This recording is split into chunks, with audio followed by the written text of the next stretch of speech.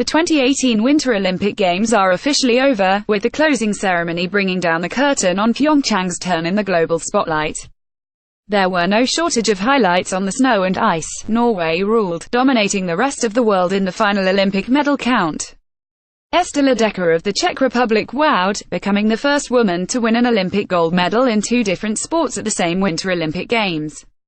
Ice dancing managed to captivate the world's attention, with Tessa and Moir winning hearts far beyond Canada. And while the United States fell short of its medals expectations, Chloe Kim, Mikaela Shiffrin, Diggins, Rippon and others produced plenty of thrills. Curling gold, baby. What will we remember about a Winter Olympics that began under a fog of geopolitical tension? Would North and South Korea really play nice with one another, and ended, as the Olympics almost always do, as a celebration of athletic excellence? Well, these are the things I'll remember most after covering the Games. The 8 craziest things I saw at the 2018 PyeongChang Olympics. 1. Tonga's bare-chested Olympian strikes again while lingering backstage at the opening ceremonies. I spotted him, jumping up and down, trying pump himself up. Pitao Fatofua, the Tongan Olympian who skyrocketed to global fame while marching shirtless and covered in coconut oil at the Rio Olympics in 2016, was giving it another go. Apparently 20-degree temperatures weren't enough to stop Tao Fatofua, now competing at the Winter Olympics as a cross-country skier, from baring his chest.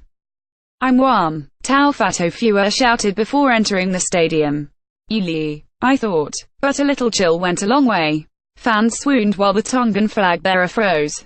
2. North Korea's strange cheering squad. The North Korean cheering squad bounced from event to event, swaying their arms in unison, singing, "Cheer up," when the unified Korea women's hockey team gave up goals. While most of the crowd at a game between Korea and Switzerland got out of their chairs and danced when a performer sang Uptown Funk during an intermission, the North Korean women sat in their seats, singing their traditional tunes. Male North Korean minders took them to the bathroom and waited outside the doors. The cheerleaders were a curiosity around PyeongChang, with spectators debating whether they were a well-intentioned charm offensive or unwitting tools of the regime's propaganda.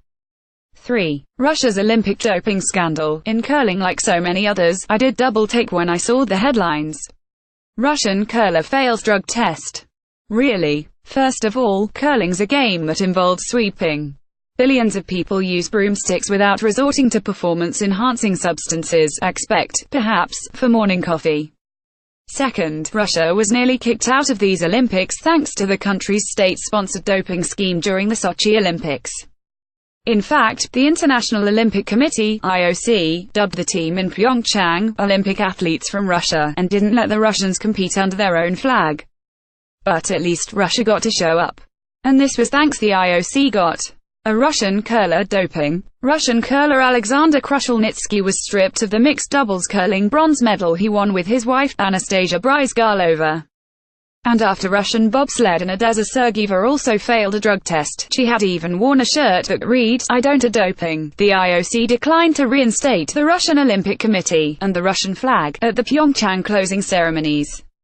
Though in another classic case of IOC political triangulation, Russia could be reinstated soon if no other positive tests from PyeongChang emerge. 4. Oops, she did it again. Jocelyn Lamoureux-Davidson's deciding shootout goal in Team USA's 3-2 win over Canada in the gold medal game was just plain nasty. She swerved around the ice while skating towards the net, already intent psyching out Canada goaltender Shannon Sabados. Her stick flinched right, for a nanosecond, then came back to the left. By that time, Sabados was already confused, and Lamoureux could have just backhanded the shot. But a coach nicknamed this maneuver "Oops, I did it again," after the Britney Spears, for a reason. She had to do the "again" part. So Lamoureux-Davidson went back to her right, for another fake. A helpless Sabados just fell backwards. Lamoureux-Davidson finished the trick, and after one more Maddie Rooney shootout saved the U.S. Women won their first Olympic gold medal in 20 years. The Olympic women's hockey final, with so much at stake for several American players who had lost 2 straight gold medal games to Canada, including a heartbreaker in Sochi when the Americans blew a late 2-0 lead, may have been the most captivating event I've witnessed in the 7 Olympics I've covered. The game had everything you wanted in a big-ticket rivalry showdown, with a shimmy-shake winner to cap it off. 6. America's cross-country skiing triumph. This one, I really had no right seeing, but dumb luck prevailed. While at the PyeongChang cross-country venue reporting a story about Norway's superiority at these Olympics, I stood in the mixed zone, the area where reporters from around the world jostle to stick tape recorders in the faces of athletes following their competitions, good times, to talk to the Norwegians after their inevitable win, or at worst silver, in the ladies' sprint relay event. 2 skiers were neck and neck at the end. The crowd was going wild. Oh, this is fun, I thought. A photo finish. They both crossed the line. One skier was tackled by a teammate and celebrated. I looked up at the scoreboard. Did Norway win? Maybe Sweden. No. The United States of America. What? Yes, I had accidentally witnesses the first cross-country skiing gold medal in American history, when Jessie Diggins and Kikkin Randall finished just ahead of Sweden for the stunning upset. The Norwegians finished third. They're still really good. So I switched gears to write a piece about Randall, a 5-time Olympian and the only mom on Team USA, and Diggins, a glitter fan with an infectious personality. Thanks to their triumph, Diggins carried the U.S. flag for the closing ceremony. 7. Late-night Olympic karaoke. One of the charming quirks of these Olympics were the off-duty karaoke buses that transported fans and media to the events. The neon lights made me want to stand up and sing at 2:30 a.m. after covering a late-night hockey game. Not really. Rather than lyrics, short track speed skating races and commercials flashed on the TV in front of the bus. In one ad, water gushed out of someone's nose. In another, some guy ate snow.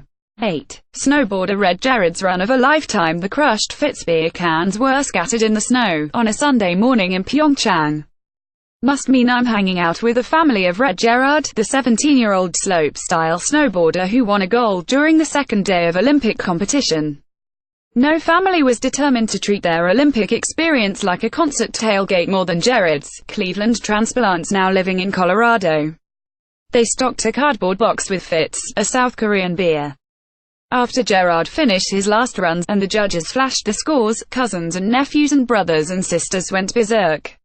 His mom, Jen, turned to me. Wait, what place is he in? She thought everybody was celebrating because he landed cleanly.